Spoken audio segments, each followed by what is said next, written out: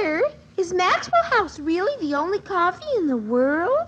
Well, your father says so, and your father knows best.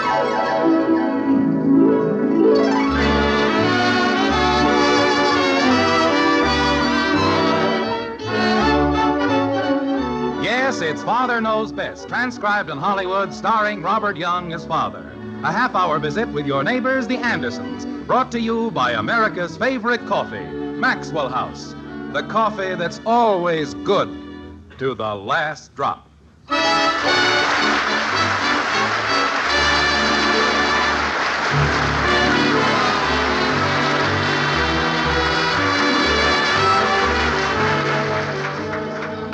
When it comes to definitions, you can't do much better than Webster, can you?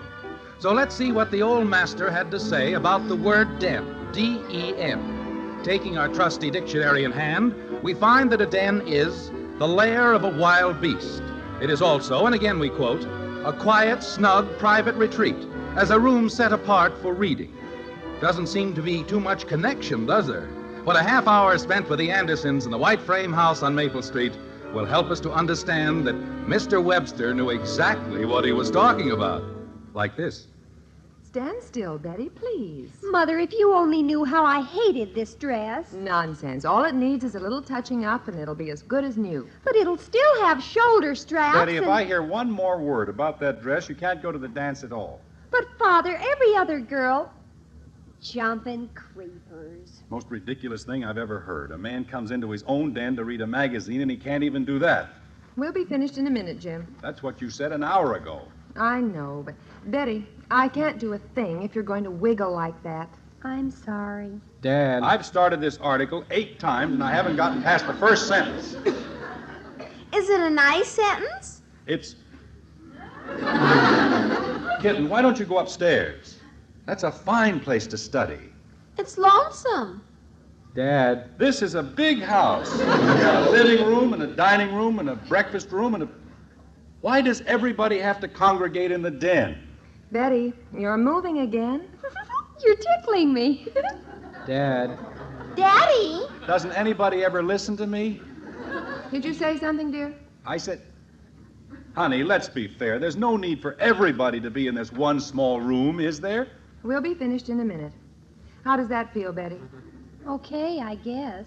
Dad. Daddy? Margaret, this is supposed to be my den. I'm supposed to be able to relax in here quietly. But it's a sewing room and a study hall and a... Kathy, stop that. What? Those are pencil shavings. They don't belong in my pipe. Oh. Dad. So help me if I don't... What is it, Bud? What? What do you want? Oh, what happened to the original capital of the United States? Jack Benny's got it.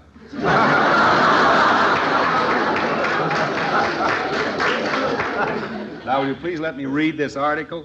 Jim, if the boy needs help... Well, why does he have to ask me? He's got all these books right in front of him. Daddy? What is it, Kathleen? Ask me what the Indians used asphalt for. I don't care what the Indians use asphalt for. Dear, it's part of her lesson. All right. What did the Indians use asphalt for? The Indians used asphalt to fix the roofs of their houses. Fine. Now... Ask me if the pioneers liked asphalt. No.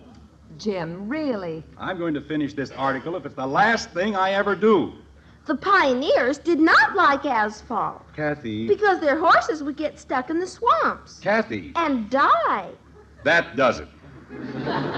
What does what? Margaret, if it costs me $8 million, I'm going to do it. Do what, dear? Build an extra room. All right, Betty. Turn. That's a good girl. I'm getting so tired of this dress. Margaret, didn't you hear me? Yes, dear. You're going to build an extra room. How could Jack Benny have the capital of the United States? It says right here, turn your attic into an extra room. And that's just what I'm going to do. There. Now how does it feel? It feels fine. I'll turn it into an extra room with a lock on it. That's what I'll do. And I'd like to see anybody come up there. Come up where, dear? To the attic. What are you going to do in the attic? Honey, this article I've been trying to read, it's got all the plans and specifications for turning an average-sized attic into 200 square feet of living space for less than half a cent a foot. You mean it tells you all that in one sentence? It was a very long sentence. Oh. You see this, honey? That used to be an attic. Dad. It cost this man in Milwaukee only $73.45, and look what he's got to show for it. Dad. Bud, not again. But I have to ask you something. Go ahead. That thing about Jack Benny, that was a joke, wasn't it? Yes, it was a joke, son. That's what I figured. Well, let's get going, Margaret. Going? Where? Up to the attic. We've got to get started on this, don't we? You mean now? This very minute? Naturally. When I make up my mind to do a thing, I do it. But, Jim... Come on, Bud. Put those books away. You too, Kathy. Holy cow, Dad. Jim, let's be sensible. You're not going to start building a room this very second, are you? No, but I'm going to clear the decks. We're going to cart all that junk out of the attic so I can lay out my plans. Oh, dear. Father, you can't expect me to go up there. Why not? In an evening gown? You'll be the best-dressed junk mover in town. Let's go. I still think... Honey, will you please trust me just this once? All right, Bud. Kathy? This is going to be fun, isn't it, Daddy? Come along, Betty. Jumping creepers. What does he mean, junk? I didn't see any junk in the attic. Jim, are you really serious about this attic business? Of course I'm serious. I don't know why it couldn't wait another day. It's waited long enough, and so have I. After all, I do a lot of work at home, and I need a place where I can be alone to figure out things. You certainly can't call my stuff junk. It's practically invaluable. All right, Bud, open the door. Yes, sir. Jim, I just thought of something. Where do we put the things we take out of the attic? It's very simple, honey. We'll find someplace. I think it's going to be quite a problem. It isn't going to be a problem at all. We'll just throw most of it away. My pogo stick, so that's where it was. Should have thrown it all away years ago. Look at it. Broken furniture, old boxes, pieces of... Where did that come from? You mean the metal? That's valuable, Dad. Did you cart all that junk up here? It isn't junk. It's magnesium. Look at this. A 3-foot pile of broken records. They aren't all broken, Father. They've got to go. But they're collector's items. Betty? Some of them go as far back as 1946. Get rid of it. Jumping creepers. Now, what's this? Broken toys. Dolls with their heads bashed in. I don't have to get rid of them, do I, Daddy? Please? We're going to get rid of everything. My old toys from when I was young. Jim, Honey, you're as bad as they are. but if the children feel... Look at this old sewing machine. You were going to give it away 15 years ago. I can't give it to anyone, Jim. It doesn't work. Then why keep it? Because it belonged to my mother, and she made my wedding dress on it. And how about this high chair? What earthly reason can we have for a high chair? We've had it a long time. I know, but, Margaret, we can't afford to be sentimental. Aren't there some things we can save? Where? Well, We can probably find someplace, Father. The government saves things. Why shouldn't we? Because we don't own places like Texas. All we own is one small house. Downstairs, you said it was a big house. It is a big house. It's a big house for some things, but it's small for other things. How can it be big and small? Kathy, I haven't the time to... Bud, you know what I mean, don't you? Oh, sure. Good, then you tell her. What? I've got to drag out all these heavy boxes and things, so you explain it to her. But why should I... Holy cow. Well, Go ahead, Bud. Well, this is a big house for houses, but, well, you see, a warehouse is bigger, but people don't live in warehouses. They live in houses that are smaller, and for houses that are smaller, ours is bigger. You see? sure. You don't understand it either.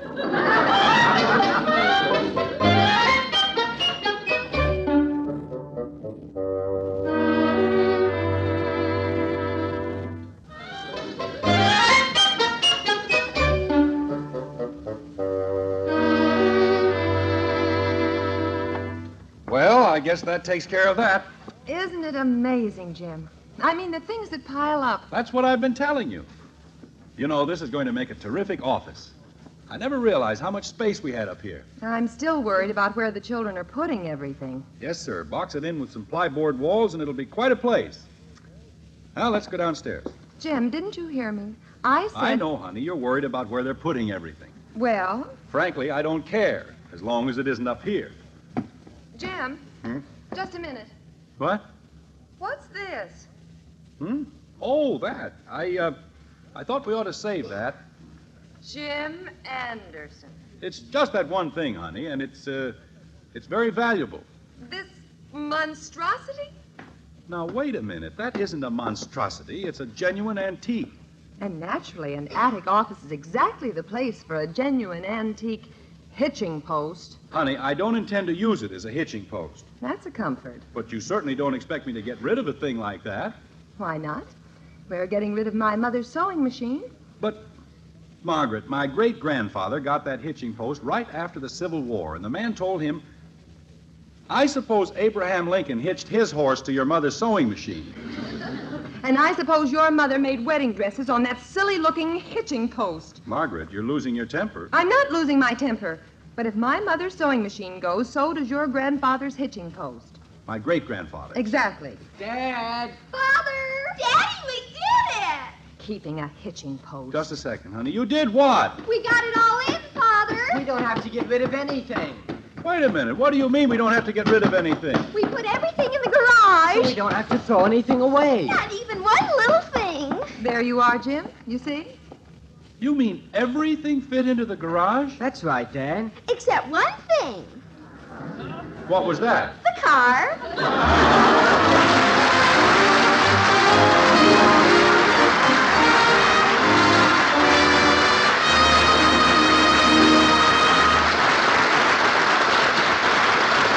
Poor father. It looks as though he'll have trouble turning the attic into an office. The way the family is helping him, it certainly is not a sure thing. On the other hand, there are some things you can always be sure about. For example, you can always be sure of rich, truly satisfying flavor every time you fill the cups with Maxwell House coffee. That's why more families buy and enjoy Maxwell House coffee than any other brand at any price. They've found that no other coffee can give them that wonderful, good to the last drop flavor. No coffee but Maxwell House. And there's a good reason why that's so. You see, coffee grows all over the world in countless grades and varieties.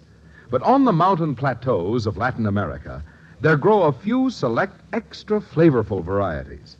Maxwell House buys more of these fine extra flavor coffees than anyone else in the world.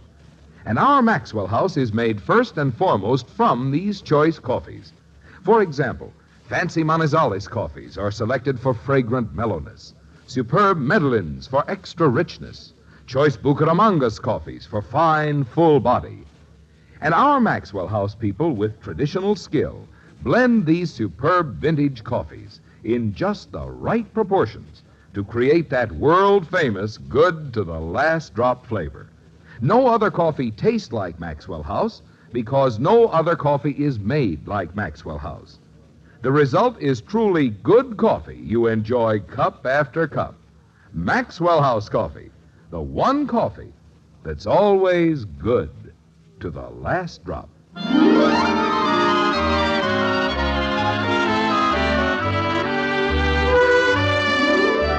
By now, we know all about dens, don't we? We know what they're for, how they're used, and how one beards a lion in his own. Den, that is. In this case, it's almost a full day later, and the lion, Jim Henderson by name, is on the phone. Like this. That's right. We piled the whole mess on the front lawn. All right, there isn't any lawn. It's out on the front snow. Mr. Adams, I don't want you to buy the stuff. I'm giving it to you. There isn't any catch. Just drive your truck up here and take it away. I'm not trying to pull anything. I just want... Look, Mr. Adams, if you aren't interested, I'll give it to another antique dealer. Well, that's more like it. Okay, in about an hour? Fine. Goodbye, Mr. Adams. How do you like that? Now you can't even give the stuff away. What did Mr. Adams say, dear? I don't know what's gotten into people. Just because you want to give them something for nothing, they immediately get suspicious. Isn't Mr. Adams coming? Oh, he's coming, all right, but he didn't sound very happy about it. You'd think he was doing us a big favor. Isn't he? Of course not. Some of that stuff is very valuable. Like Abraham Lincoln's hitching post. It wasn't Abraham Lincoln's. It was my great-grandfather's. And it's certainly worth a lot more than a busted... Margaret, does the sewing machine mean that much to you? It isn't a question of what it means, Jim. It's just that, well, we've had it for so long. But you don't even look at it from one end of the year to the other. I know, but I suppose I am being rather foolish. I wouldn't say that. Look, if you really want to keep it... No, you're right. It's just an old sewing machine, and we might just as well get rid of it. Honey, we'll find a place for it somewhere. In the garage or the basement or... Jim, let's not argue about it. We're getting rid of the sewing machine, and that's that. Okay, if that's the way you want it. And we're also getting rid of your grandfather's hitching post. My great-grandfather's hitching post. Fine. Dad! All the ridiculous things to hang on to. Dad! But we're not hanging on to it. I told you. Bud's calling you. But I told you... We're in here, Bud. A hitching post. Margaret, for the love of Pete, if you want to keep the sewing machine, keep it. I wouldn't have it as a gift. Oh, I don't know. Say, Dad, you better come outside. Is Mr. Adams here already? No, but there's a whole crowd of people. There is. What do they want? Everybody wants to buy something. Bud. They do, Mom, honest. Well, we'd better see about this. Let's go, Bud. Bud, you were told to watch our things, not sell them. I didn't sell anything, Mom. It was Kathy. You mean she's already sold something? Sure. She sold 3 of those beat-up dolls for 80 cents. Jim, isn't that awful? Now, here's your coat, honey. Thank you, dear. But I told you distinctly... But I didn't do it, Dad. It was Kathy. That's right. Blame it on a poor, innocent little... Holy jumping catfish. Look at the mob. Oh, dear. What are the neighbors going to think? Kathy? Hi, Daddy. Father, hurry, please. Kathy, what on earth are you doing? I'm selling stuff. Isn't it wonderful? Mother, you've got to stop her. It's awful. It isn't either awful. It's fun. Now, just a minute, Kathy. Nobody told you could sell anything. I only sold my own stuff. I know, but... I told him you'd sell the rest of it. Kathy. You see, I didn't have anything to do with it. We'll never be able to look anyone in the face again. Why not? Jim, you've got to do something. Like what? The lady over there says she'll pay $2 for Mommy's sewing machine. She will? Jim Anderson. Now, wait a minute, honey. Let's be practical about it. I don't mind giving my mother's sewing machine away, but selling it for $2. Margaret, it's going to cost at least $75 to fix up that room, and if we can get part of it this way... Jim, I think you really would. Well, why not? Father! There's nothing disgraceful about it. Is there? I don't think so. It's the most disgraceful thing I've ever heard of. But why? It's our stuff. Why shouldn't we sell it? Mr. Anderson. People sell things every day. Not in their front yards, they don't. Mr. Anderson, I understand that adorable sewing machine is for sale. Well... It doesn't work. Of course not. That's what makes it so charming. I'll give you $2 for it. Not so fast, Irene. Don't forget, I saw it first. Look, I think we'd better... I'll give you 2.5. $3. Golly. At 40, toodly-doodly-doodly. Never mind. 3.5. Do I hear 4? Will somebody make it 4? Kathy. $4. 4.5. 5. Margaret. It's my mother's sewing machine, and if I want to bid $5, I'm going to. But, honey, you... 5.5. 6. Margaret, if you'll only... 6.5. Well, I'm sorry, folks, but it looks like the sewing machine isn't for sale. I guess we took care of that. But here's a genuine antique hitching post. Would anybody be interested in... Excuse me, Jim. What? Betty, help me carry the sewing machine back to the attic like a good girl. It'll be a pleasure. Margaret, you don't have to do that. You sell your little hitching post and don't bother about us. But... We'll get along fine. Won't we, Betty? You sure will. Well... How about the high chair, mister? Oh, all right, the high chair. Pull it over here, Bud. Okay, Dad. Now, here's a high chair you won't see very often. It's all wood and a yard wide. It belongs to that exotic period known as early Grand Rapids. What am I offered? 40 cents. 40 cents? Why, the gravy stains alone are worth that. Will someone start it off with $1? 50 cents. Do I hear $1? Will someone make it $1? 55 cents. Mildred, you don't have any use for a high chair. 60 cents. Well, neither do you. 65. I'll make it $1 if you throw in a baby.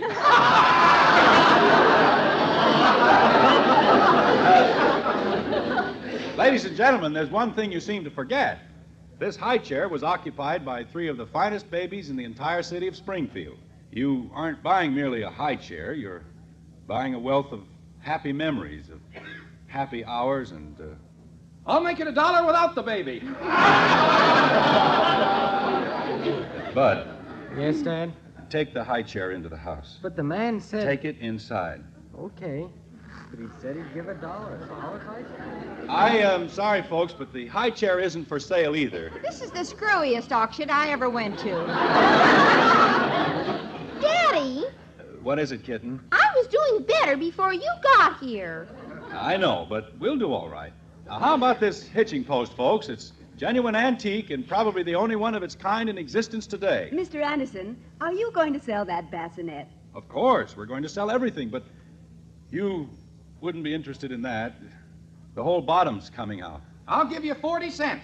45. 50. 52 and a half. But it isn't worth anything. We only kept it because... Kathy, Yes, Daddy? take the bassinet into the house. But the man bid 52 and a half cents. I'll make it 53. Go ahead, Kathy. It isn't for sale. Gee whiz. All of a sudden, nobody wants to sell anything. I don't know why they came out in the first place. Look, mister, is anything for sale? Of course. Now, here's one of the finest hitching posts you'll ever see. Hitching posts. It's hand-wrought iron and dates back to the Civil War. Now, what am I offered? 40 cents. Hold on now. This isn't a laughing matter. It's a piece of genuine Americana. Abraham Lincoln tied his horse to this hitching post, and that alone ought to make it worth... who started off with $5? 45 cents.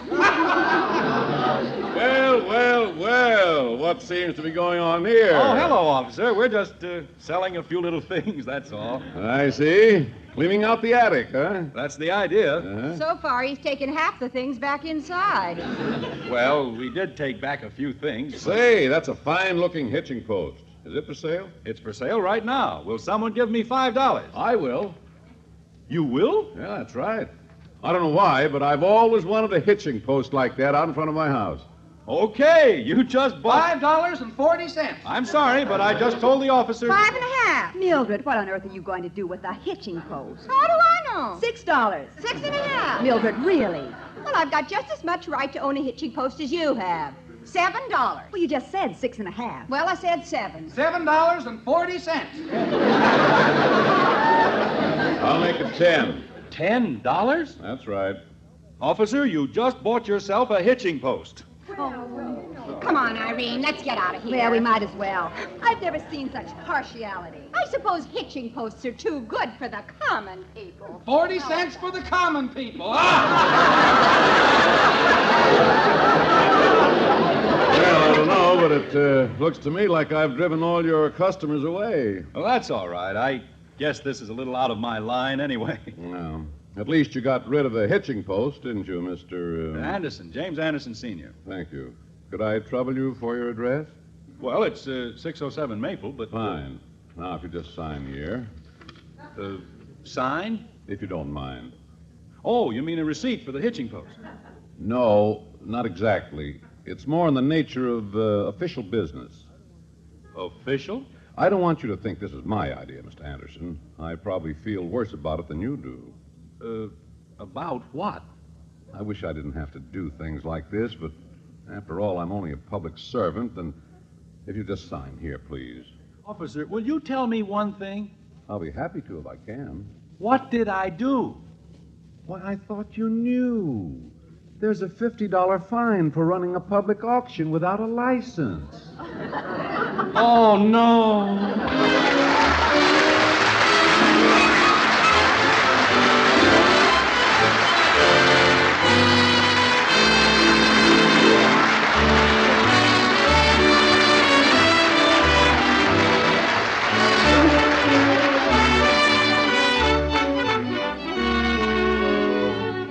A truly good cup of coffee. Now, that's a pleasure most of us look forward to day after day. And to most Americans, rich, truly good coffee means Maxwell House coffee, bought and enjoyed by more people than any other brand at any price. You see, no other coffee has the fragrant, heartwarming flavor of our Maxwell House coffee. Temptingly good to the last drop flavor you enjoy cup after cup. Believe me, when you taste that satisfying goodness, you'll say Maxwell House is your coffee. Then if you'll just count all the downright good cups you get from each pound, you'll say it's Maxwell House for value, too. At your grocer's, then, look for the big white cup and drop on the familiar blue tin of Maxwell House, the one coffee that's always good to the last drop.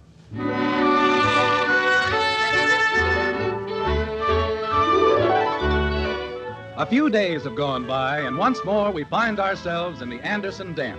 It's the same cozy spot, warm and friendly and brimming over with happiness. And people, too, like this. 6 goes into 30 5 times. 6 goes into 36 6 times. 6 goes into... Kathy, will you please stop that? I have to learn my gazettas, don't I? Kathy, Yes, Daddy? learn them quietly. Yes, Daddy. Dad, Let's all do everything quietly. Dad, Let's see if we can't behave like an average, normal family full of human beings. Just once. Dad, Yes, Bud. where's the capital of... Oh, What?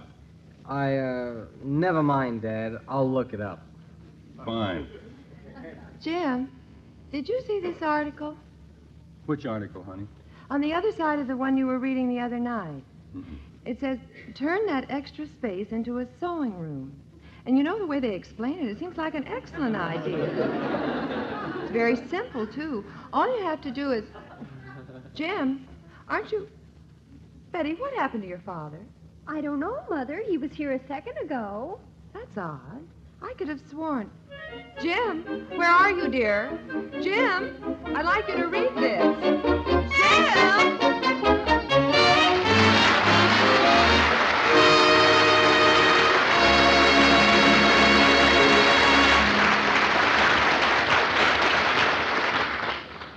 Hey, what's your hurry? We're having coconut cream pie for supper. Your wife must love you to go to all that work. Why, it's no work. With Jell-O coconut cream pudding and pie filling. You mean it? Sure. With the new Jell-O coconut cream pudding and pie filling, you just add milk and bring to a boil. Say, I'm going to get some for my wife. You get some, too. Jell-O coconut cream pudding and pie filling for red letter desserts.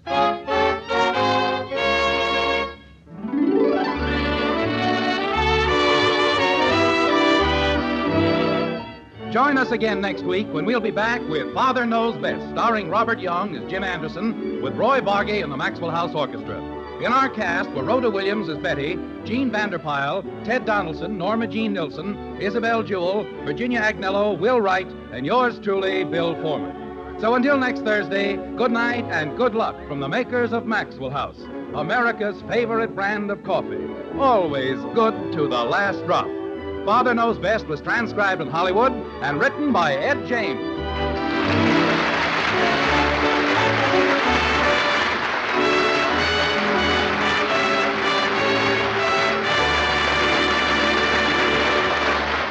Mr. Keen, Tracer of Lost Persons, brings you Mystery Tonight on NBC.